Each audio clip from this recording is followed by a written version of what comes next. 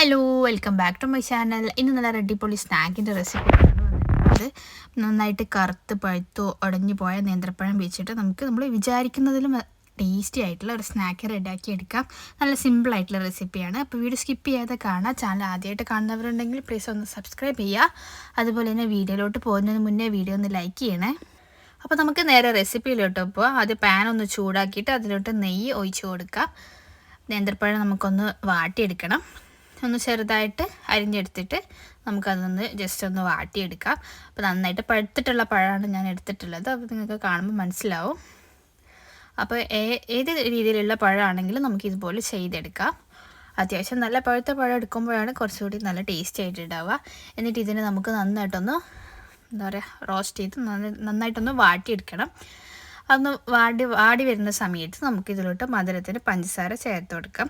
ഇതിപ്പോൾ അത്യാവശ്യം നന്നായിട്ട് പഴുത്തിട്ടുള്ള പഴം ആയതുകൊണ്ട് തന്നെ മധുരം ആവശ്യത്തിന് നോക്കിയിട്ട് ചേർത്ത് കൊടുത്താൽ മതി.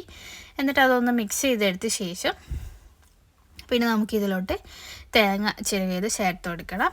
ഒരു 1/2 കപ്പ് മുതൽ 1/4 കപ്പ് വരെ തേങ്ങ ചിരവിയത് ചേർത്ത് കൊടുക്കാം. എന്നിട്ട് അതും കൂടി ചേർത്ത് നന്നായിട്ട് മിക്സ് ചെയ്ത് പഴമൊക്കെ ഒന്ന് ഉടച്ച് ഇത് ചൂടാറാനായിട്ട് മാറ്റി വയ്ക്കാം.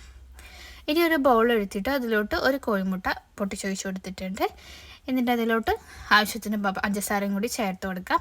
പഴത്തിൻ്റെ മധുരമൊക്കെ നോക്കിയിട്ട് 4-5 ടേബിൾ സ്പൂൺ പഞ്ചസാര ചേർത്ത് കൊടുക്കാം. പിന്നെ ഇതിലോട്ട് ചേർക്കേണ്ടത് ഏലക്കായ പൊടിച്ചതാണ്. ഇപ്പം ഞാനിപ്പോൾ ഒന്ന് ചതച്ചിട്ടാണ് ചേർത്ത് കൊടുത്തിട്ടുള്ളത്. എന്നിട്ട് ഇത് നന്നായിട്ടൊന്ന് ബീറ്റ് ചെയ്തെടുക്കാം. ആ മുട്ടയും പഞ്ചസാര നന്നായിട്ട് മെൽറ്റ് ആകുന്നത് വരെ ബീറ്റ് ചെയ്തെടുത്ത ശേഷം പിന്നെ ഇതിലോട്ട് നമുക്ക് 1 കപ്പ് മൈദമാവ് ചേർത്ത് കൊടുക്കാം. മൈദമാവിന് പകരം നമുക്ക് ഇതിലോട്ട് ഗോതമ്പ് പൊടിയും ചേർത്ത് കൊടുക്കാം. പിന്നെ 2 ടേബിൾ സ്പൂൺ അരിപ്പൊടിയും കൂടി ചേർത്ത് കൊടുക്കുന്നുണ്ട്, കുറച്ചുകൂടി ക്രിസ്പി ആയിട്ട് കിട്ടാൻ വേണ്ടിയിട്ടാണ്.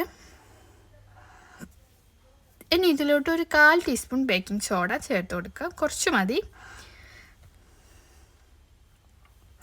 ഇനി ഇതിലോട്ട് മധുരമൊക്കെ ഒന്ന് ബാലൻസ് ചെയ്യാനായിട്ട് കുറച്ച് 1-2 നുള്ളു ഉപ്പും കൂടി ചേർത്ത് കൊടുക്കുക. എന്നിട്ട് ഇത് നന്നായിട്ടൊന്ന് മിക്സ് ചെയ്തെടുക്കുക. സ്പൂൺ വെച്ചോ കൈ വെച്ചോ നന്നായിട്ട് മിക്സ് ചെയ്തെടുക്കാം. മിക്സ് ചെയ്യുന്ന സമയത്ത് വെള്ളമൊന്നും ചേർക്കണമെന്നില്ല. മുട്ടയുടെ നനവ് വെച്ചുകൊണ്ട് നമുക്ക് നന്നായിട്ട് മിക്സ് ചെയ്തെടുക്കാം. അതൊന്ന് നന്നായിട്ട് മിക്സ് ചെയ്തെടുത്ത ശേഷം നമ്മൾ നേരത്തെ വാട്ടി വെച്ചിട്ടുള്ള ആ പഴം തേങ്ങ അതിൻ്റെ ആ ഒരു മിക്സ് ഇതിലോട്ട് ചേർത്ത് കൊടുക്കാം. എന്നിട്ട് ഇത് കൈ വെച്ച് നന്നായിട്ട് കുഴച്ചെടുക്കാം.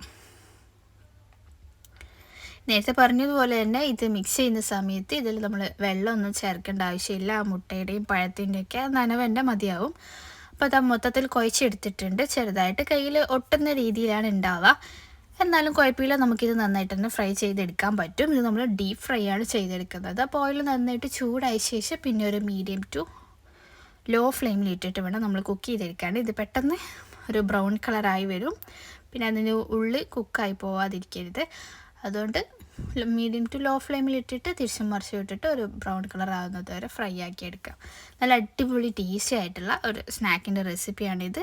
കുട്ടികൾക്കായാലും മുതിർന്നവർക്കായാലും ഒത്തിരി ഇഷ്ടമാവുന്ന ഒരു റെസിപ്പിയും കൂടെയാണ്. അപ്പോൾ ഇതുവരെ ട്രൈ ചെയ്യാത്തവരുണ്ടെങ്കിൽ ഒന്ന് ട്രൈ ചെയ്ത് നോക്കുക. എന്നിട്ട് നിങ്ങളുടെ ഫീഡ്ബാക്ക് അറിയിക്കുക. വീഡിയോ ഇഷ്ടമായിട്ടുണ്ടെങ്കിൽ ലൈക്ക് ചെയ്യുക, ഷെയർ ചെയ്യുക. ചാനൽ സബ്സ്ക്രൈബ് ചെയ്യാത്തവരും ആദ്യമായിട്ട് കാണുന്നവരും ഉണ്ടെങ്കിൽ നിങ്ങൾക്ക് ഈ ചാനൽ ഇഷ്ടമാവുകയാണെങ്കിൽ പ്ലീസ് ഒന്ന് സബ്സ്ക്രൈബ് ചെയ്ത് സപ്പോർട്ട് ചെയ്യുക.